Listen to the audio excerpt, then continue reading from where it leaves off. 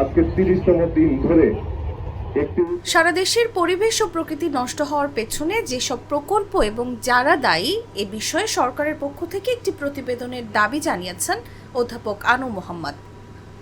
সেই সঙ্গে পুনর্মূল্যায়ন ও ক্ষতিকর প্রকল্প বাতিল করার আহ্বান জানান তিনি।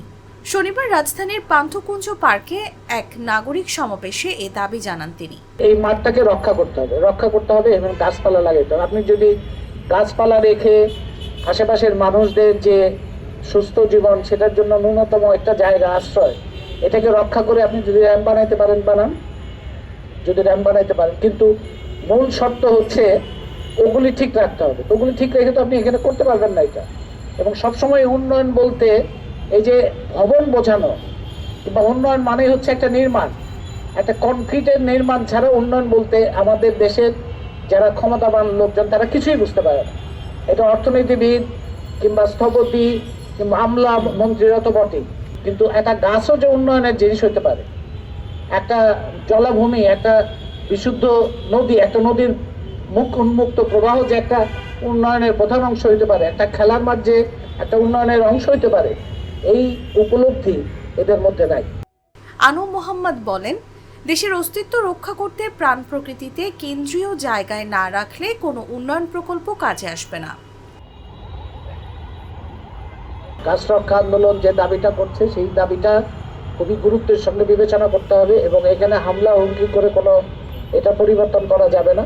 সরকারের দায়িত্ব হচ্ছে, এটা বিভিন্ন মন্ত্রণালয় আছে, তাদের দায়িত্ব হচ্ছে অবিলম্বে আন্দোলনকারীদের সাথে বসেন, বাংলাদেশ ইনস্টিটিউট অফ প্ল্যানার্সের সাথে বসে এই জায়গাটাকে আবার পুনরুদ্ধার করার জন্য কিভাবে কাজ করা যায় সেটার জন্য প্রয়োজনীয় ব্যবস্থা গ্রহণ করে। এটি হচ্ছে আমাদের দাবি। বাংলাদেশের নদী, নালা, খাল, বিল, জলাভূমি, খেলার মাঠ, উন্মুক্ত স্থান, গাছপালা, অর্থাৎ প্রাণ প্রকৃতি, প্রাণ বৈচিত্র্য, সেটা একটা কেন্দ্রীয় জায়গায় আসতে হবে।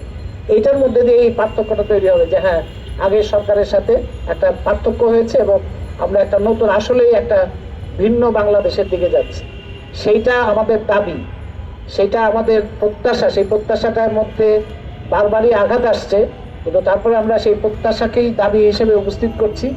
একই অনুষ্ঠানে প্রতিটি প্রকল্পের প্রকৃতি ও পরিবেশের কথা মাথায় রেখে বর্তমান সরকারকে দ্রুত সময়ের মধ্যে প্রয়োজনীয় পদক্ষেপ নেওয়ার আহ্বান জানান নাগরিক সমাবেশে গণসংহতি আন্দোলনের প্রধান সমন্বয়ক জোনায়েদ সাকি। উদ্যানকে যেভাবে বাঁচিয়ে রাখতে হয়, জীবন্ত করতে হয়, সেই কাজ অবহেলার মধ্যে তখনও ছিল, এখনো আছে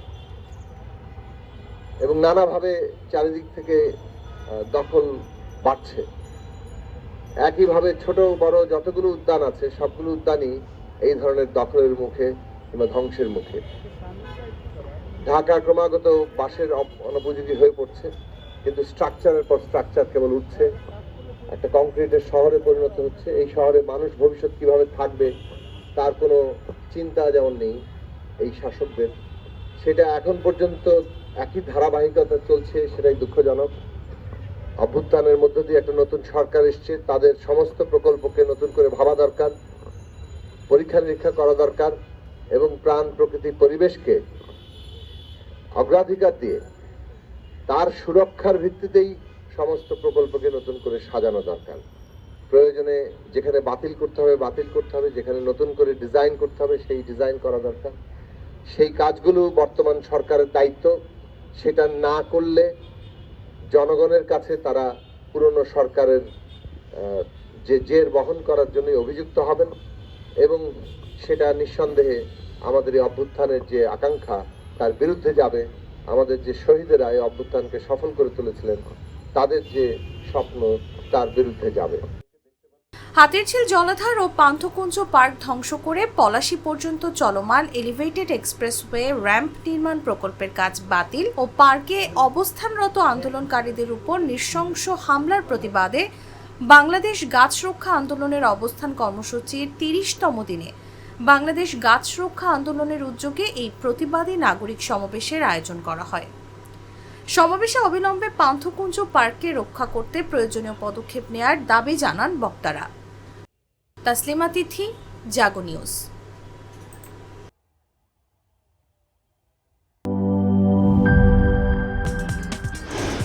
কি boss, vital match, tough opponent, tension?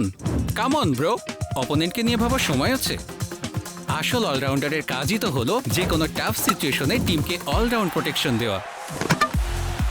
Just like my টাইলক্স, যার অ্যান্টিব্যাকটেরিয়াল এজেন্ট টয়লেটের কোনায় কোনায় পৌঁছে 99% জীবাণু ধ্বংস করে, টয়লেটের কঠিন দাগ ও দুর্গন্ধ দূর করে টয়লেটকে রাখে ক্লিন আর সুবাসিত। টাইলক্স টয়লেট ক্লিনার, ক্লিন মানেই টাইলক্স।